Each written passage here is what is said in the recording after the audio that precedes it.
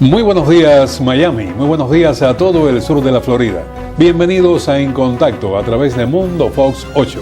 Este servidor Daniel Torres, como de costumbre, les agradece muy sinceramente por esta sintonía tan tempranito, cuando como cada jueves hay un cambio en el formato del programa y comenzamos analizando las noticias de la semana, tal vez una o dos de las más importantes, en conjunción o en compañía, para decirlo en castellano, del analista político, escritor y politólogo Julio M. Chilling, para quien tengo los muy buenos días. ¿Cómo andamos? Encantado de estar aquí contigo. Lo propio, Chilling, ¿cómo que no?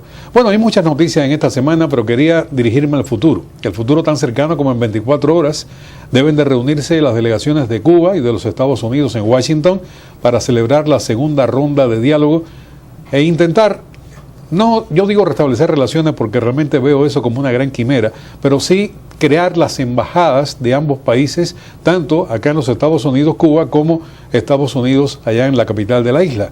¿Cómo estás viendo el desarrollo de este acercamiento, de este coqueteo? Yo tengo, no dudas, tengo la certeza de que va a ser algo largo y tendido.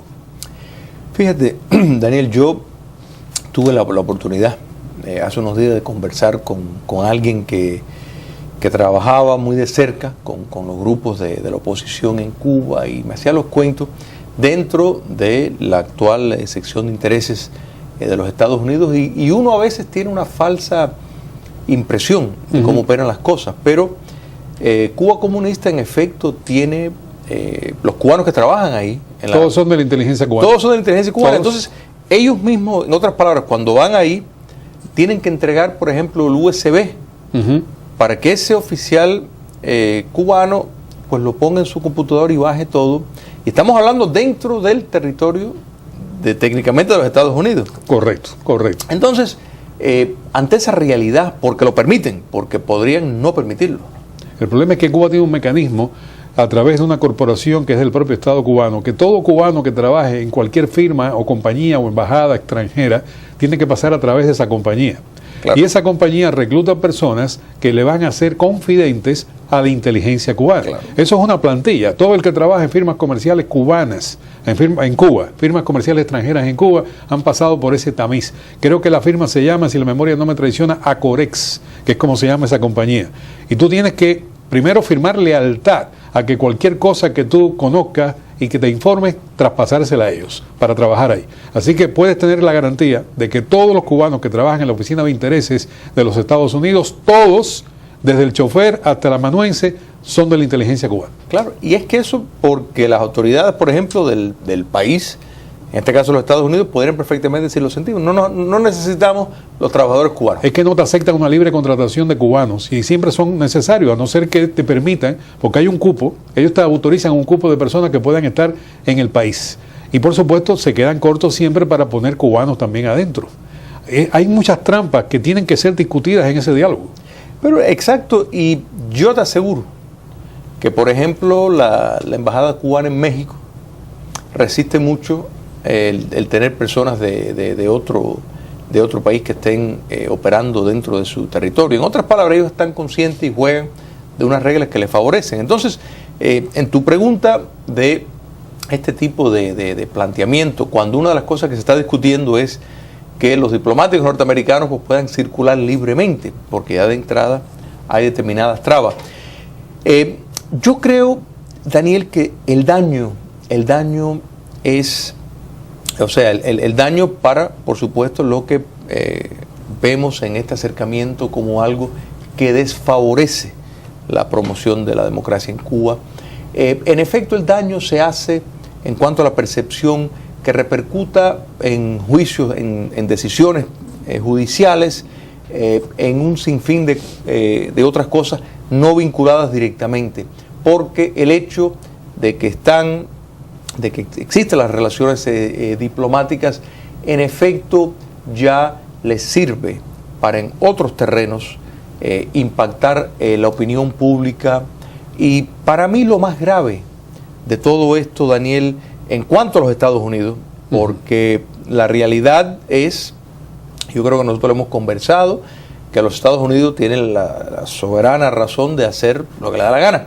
O sea, es su país. Es una decisión de Estado, efectivamente. Correcto. Ahora bien, el ciudadano norteamericano no le están informando de determinadas realidades. Por ejemplo, la percepción de que esto, en cuanto al comercio, es de pueblo a pueblo, y lo que tú mencionaste, la libre contratación, eso no existe.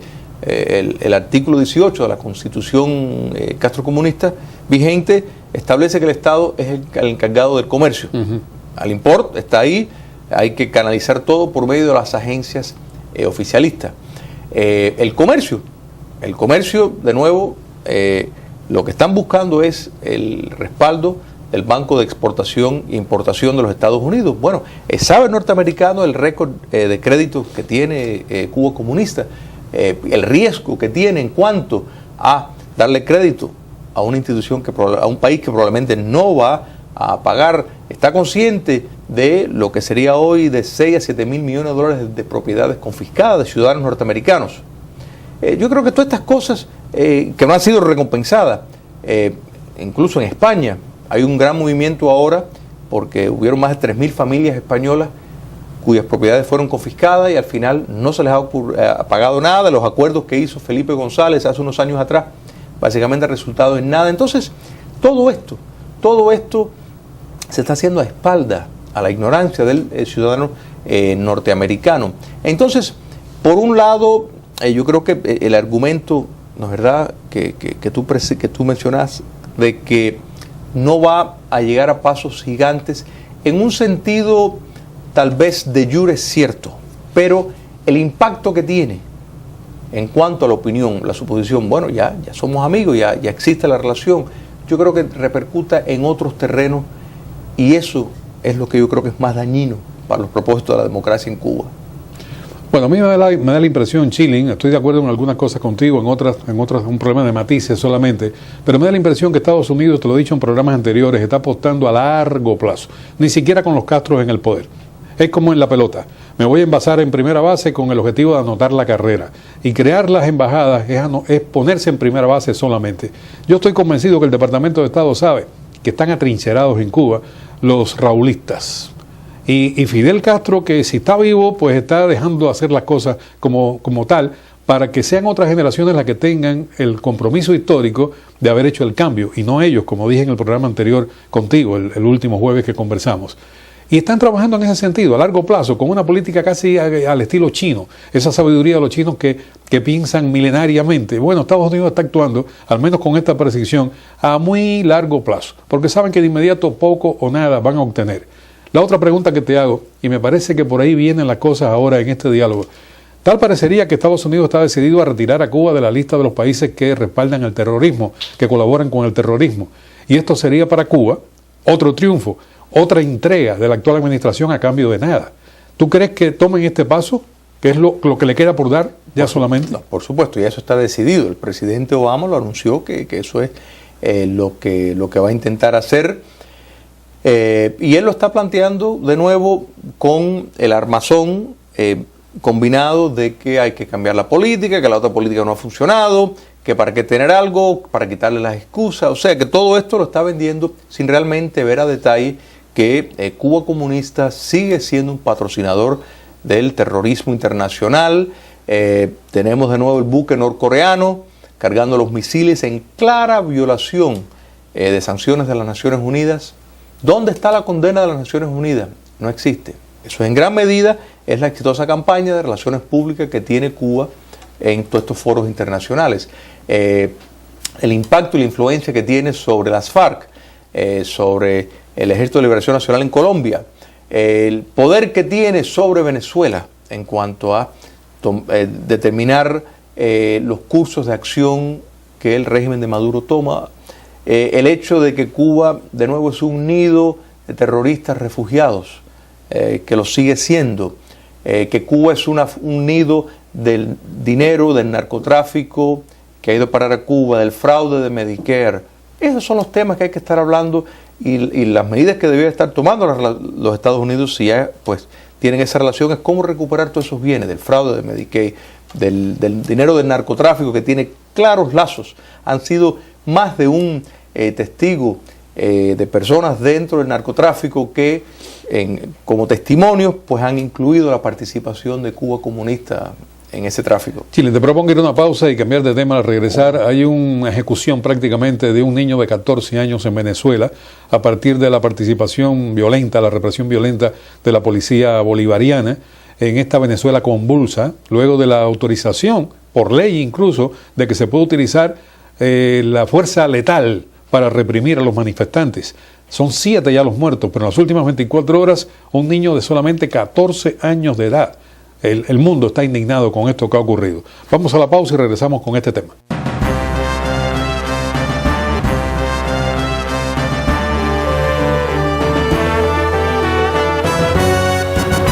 Muchísimas gracias, amigos, por mantener la sintonía. Antes de ir a la pausa, comentaba con Julio M. Schilling, analista político, escritor y politólogo, lo que había ocurrido en Venezuela en esta represión brutal de la policía bolivariana. Han ejecutado prácticamente a un niño de 14 años, y no prácticamente. Ahora se dice, Schilling, que utilizaron balas de goma, pero hay un testimonio de una persona que incluso grabó con su celular lo ocurrido, que dicen que el muchacho, lo que estaba huyendo de la reyerta, se había colocado debajo de un automóvil. Él no estaba participando como manifestante, él sencillamente se estaba refugiando para no ser una víctima. Se colocó debajo de un automóvil y allí un policía lo sacó a rastras y le disparó a la altura de la nuca. El proyectil le traspasó la cabeza con pérdida de masa encefálica y murió en la propia escena. Una bala de goma no hace este tipo de daño. Sencillamente es una ejecución, una bárbara ejecución es lo que ha ocurrido. Correcto. Hace algunas semanas hablamos de la radicalización del proyecto socialista en Venezuela. Y precisamente esa ley que da licencia a las fuerzas represivas a dar... derecho a matar. Derecho a matar. Sí. El terror lamentablemente funciona, Daniel. El terror funciona. Para extrapolar, Cuba comunista empezó a fusilar en masa porque sabe que eso tenía una repercusión. En la plaza de Tiananmen fue abandonada cuando por fin llegaron los tanques y empezaron a matar a mansalva. Una acción como ese asesinato bárbaro de ese joven venezolano, es para enviar un mensaje, es para precisamente llevar el terror a un plano que es un desincentivo para que las personas salgan a protestar, y es algo que se puede entender perfectamente, y eso lo entiende la dictadura de el contraste de ha sido más brutal aún cuando Maduro, a horas de haber ocurrido esto en el Táchira, Maduro sale en cadena de televisión con un sujeto que era antepelotero y ahora es parte de su equipo de gobierno, a carcajada limpia, haciendo chistes incluso el señor Maduro, cuando una familia venezolana estaba enlutada, cuando el mundo estaba indignado por el asesinato de este niño. Maduro sale por televisión haciendo chistes, cuentos y muerto de la risa. Correcto. Como si el dolor de un compatriota suyo no valiera absolutamente nada. Por un problema de retórico se disculpó, así empezó la cadena, pero se disculpa ante una ley que era prueba, que es el derecho a matar por parte de la policía. La instrucción que tienen estos esbirros es que hay que a tiro limpio resolver la situación. Correcto. Esto no es un caso aislado, esto es parte de la política de Estado de Nicolás Maduro y su dictadura, con la asesoría y la complicidad, por supuesto, de Cuba, para retener el poder. Lo más lamentable de todo esto, por supuesto, después de la pérdida de esta vida, es la complicidad y el silencio del mundo democrático, Daniel. Nicolás Maduro se da el lujo de estar intentando desviar la atención, diciendo chistes y todo esto porque el mundo democrático se lo tolera. Los Estados Unidos le van a seguir procesando el petróleo que hace posible que Venezuela siga financiando el terror. Colombia va a seguir negociando y vendiendo sus productos a Venezuela, más allá de que podrían, si acaso, emitir una leve queja. Lamentablemente, este es el mundo que estamos viviendo, y el avance del despotismo lo vemos, y actos como ese pues van lamentablemente desapercibidos en la imaginación de los políticos de las democracias. Claro, lo que está ocurriendo en Venezuela realmente yo creo que está pasando de castaño oscuro. Estamos en presencia del arresto del alcalde metropolitano de Caracas, Antonio Ledesma, acusado de conspirar para dar un golpe de Estado. No hay ningún tipo de argumentos, no hay ningún tipo de pruebas, no hay ni siquiera una orden judicial para arrestarlo, para sacarlo como lo sacaron prácticamente a rastras de la propia alcaldía. Está Leopoldo López en la cárcel con un juicio absolutamente amañado, está condenado por el propio Maduro. Maduro se ha convertido en el verdugo de la oposición venezolana. Por televisión, él imparte justicia, lo que demuestra que no hay una separación de poderes en Venezuela. Venezuela hace mucho tiempo que dejó de ser un país democrático. Estoy hablando desde épocas del señor Chávez, no ahora de su heredero Maduro. Y lo cierto es que cada día que pasa, esa Venezuela se enrarece aún más.